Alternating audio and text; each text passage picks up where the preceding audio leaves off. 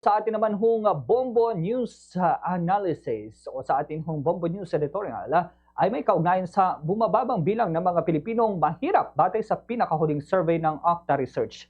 Ang detalye hahatid ni Bombo Jason Felina.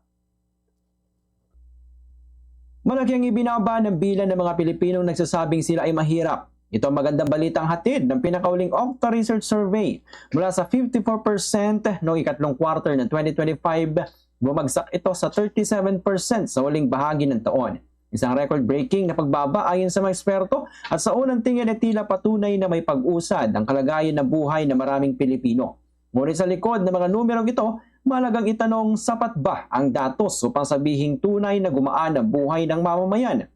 Ang self-rated poverty ay sukatan ng sariling pananaw ng tao sa kanilang kalagayan. Ibig sabihin, maaring mas marami ang nakakaramdam ng kaunting ginhawa. Marahil dahil sa pansamantalang ayuda, trabaho o bagyang pagbuti ng kita. Ngunit hindi na ito otomatikong binubura ang realidad ng mataas na presyo ng bilihin, mahal na kuryente at kakapusan sa serbisyong panlipunan. Mas lalong dapat pagtuunan ng pansin ang pahayag na bagyang tumaas ang hunger rate sa ilang vulnerableng lugar. Dito malinaw na pinapaalala ng survey na hindi pantay ang pag-unlad. Habang ang ilan ay nakakabangon, marami pa rin na nagugutom, lalo na yung mga tinamaan ng mga kalamidad at hirap sa akses sa pagkain. Ang pagpasa ng 2026 national budget na nakatuon sa human development ay isang positibong hakbang, ngunit ang budget ay hindi dapat manatili lamang sa papel. Kailangang maramdaman ito sa konkretong mga programa, sapat na pagkain sa hapag, disenteng trabaho, abot kayang edukasyon at serbisyong pangkalusugan na tunay na naaabot na mahihirap na Pilipino.